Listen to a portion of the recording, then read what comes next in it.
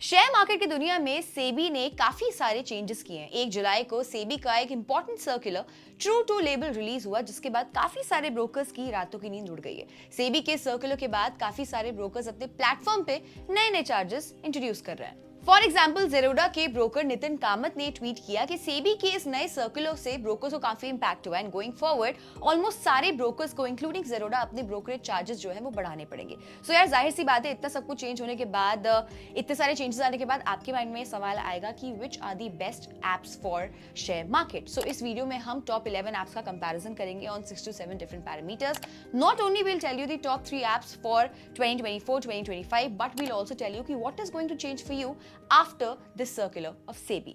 Also video शुरू करने से पहले एक रिक्वेस्ट है यार, काफी मेहनत लगी हमारी इस वीडियो को बनाने में। We have done some crazy research to dig out some data. So अगर आपको वीडियो अच्छा लगा सो एक कमेंट हमारे लिए जरूर छोड़ दीजिएगा।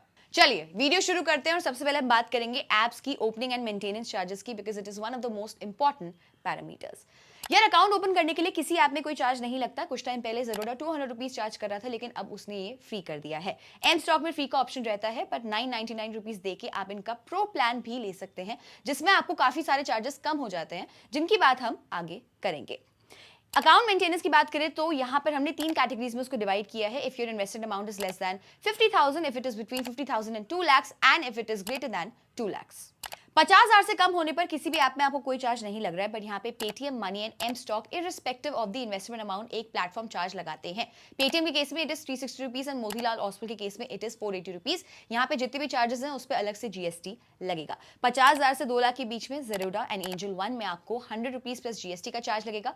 मोतीलाल ओसवाल में आपको 199 प्लस जीएसटी का चार्ज लगेगा एंड 5 पैसा में आपको 300 रुपीज प्लस जीएसटी का चार्ज लगेगा।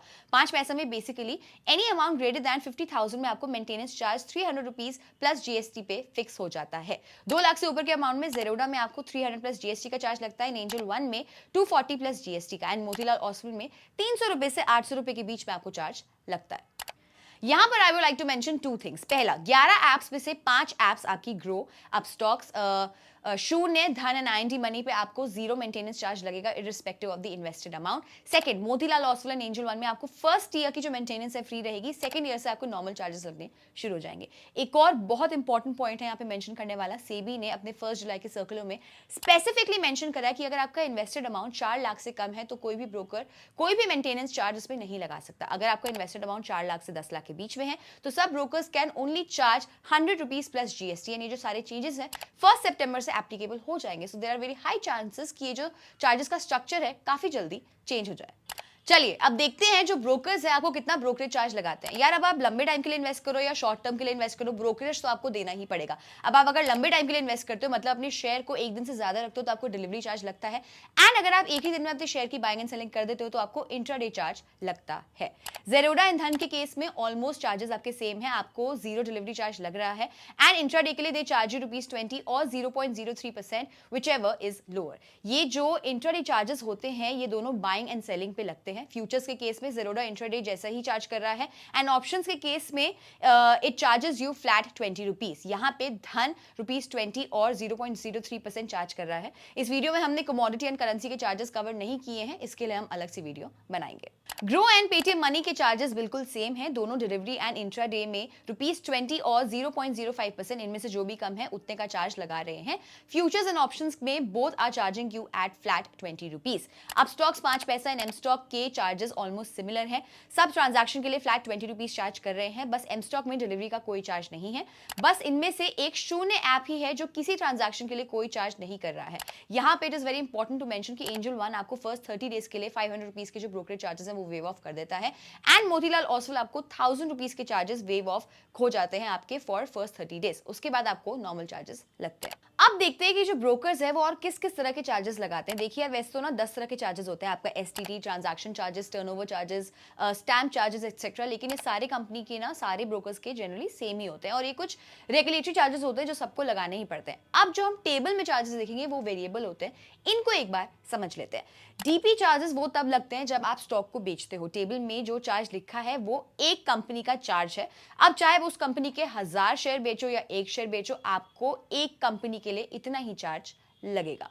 यहाँ शून्य में आपको सबसे कम चार्ज लग रहा है at ₹9 plus GST, followed by 5 पैसा एंड धन एट ₹12.5 प्लस जीएसटी। उसके बाद Zerodha, Groww, m stock, Motilal Oswal and IND money आपको 13.5 प्लस जीएसटी चार्ज कर रहे हैं। सबसे महंगा यहाँ पर अपस्टॉक्स है at ₹18.5 plus GST. Payment gateway charge का मतलब होता है जब आप पैसे ट्रांसफर करते हो उसका चार्ज। यूपीआई से आप 2 लाख तक का जो अमाउंट है वो ट्रांसफर कर सकते हो, उसमें आपको कोई चार्ज नहीं लगेगा, लेकिन 2 लाख से ऊपर आपको NEFT या RTGS करना ही पड़ेगा, जिसके चार्जेस मेंशन है। यहाँ पे धन, ग्रो एंड एंजल वन ने इसको फ्री किया हुआ है, शून्य चार्जिंग ₹7, बाकी सब 9 से 11 के बीच में चार्ज कर रहे हैं। ऑटो स्क्वायर कट ऑफ का मतलब है जो आप इंट्राडे ट्रेडिंग करते हो उसमें आपको सेम डे अपने स्टॉक को खरीद के बेचना होता है एंड उसके लिए आपको 3:15 PM तक का टाइम दिया जाता है, यानी कि 3:15 तक आपको अपनी पोजीशन स्क्वायर ऑफ करनी होती है। अगर आप 3:15 से पहले अपनी पोजीशन स्क्वायर ऑफ करना भूल जाते हैं, मिस हो जाता है आपसे, तो आपके बिहाफ पे ब्रोकर्स कर देते हैं and they charge you a penalty for that.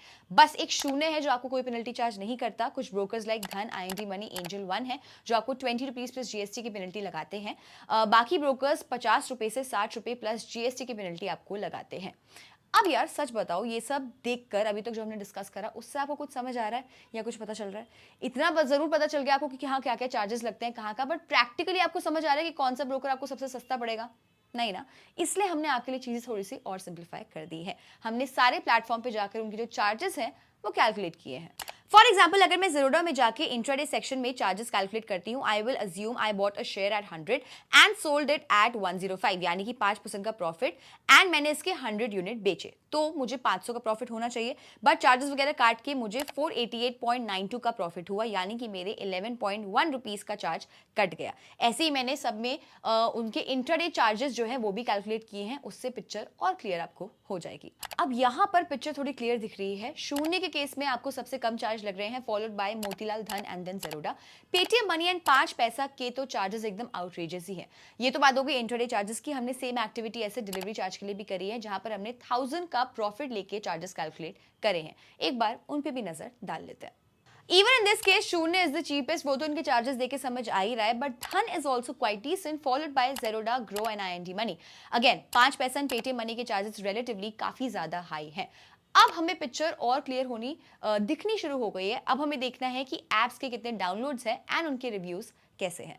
यहाँ पर डाउनलोड से ज्यादा I want you to focus on the number of active users. ये वाला डेटा आपको कहीं पे भी नहीं मिलेगा, हमने बहुत ढूंढ के लिए आपके लिए निकाला है। सबसे ज्यादा एक्टिव यूजर्स ग्रो पे हैं, followed by Zerodha, then angel one and then Upstox. बाकी सब एप्स के 10 लाख से कम एक्टिव यूजर्स हैं। शून्य वैसे तो काफी बढ़िया लग रहा है, बस इसके एक्टिव यूजर्स हैं जो काफी कम है, तो हाई पॉसिबिलिटी कि उन्होंने ये चार्जेस शुरू में कम रखे हो। रेटिंग एंड रिव्यूज पे भी अगर हम नजर डालें तो जेरोडा की रेटिंग पिछले 1 साल में काफी ड्रॉप हुई है। There been multiple cases of platform failure. I feel that tech is not keeping pace with their user base. Grow सब पैरामीटर्स में ठीक लग रहा है with decent rating. अब स्टॉक्स मेरे हिसाब से not so user friendly है for beginners. 5% पेटीएम में चार्जेस काफी ज्यादा हैं। Motilal Oswal and m stock में मैं प्रेफर नहीं करूंगी due to opaqueness in their charges and pricing. तो बचा angel one, Dhan and IND money. Before we tell you our top 3 picks, हमने बहुत मेहनत करके एज वी मेंशन ये वीडियो बनाई है। आपको इन्फॉर्मेशन देके समझ आ रहा होगा दैट काफ़ी रिसर्च किया गया है, काफ़ी एनालिसिस किया गया है फॉर यू। अगर आपको वीडियो अच्छा लगा सो प्लीज़ एक कमेंट जरूर छोड़ दीजिएगा, it will definitely motivate us to work harder.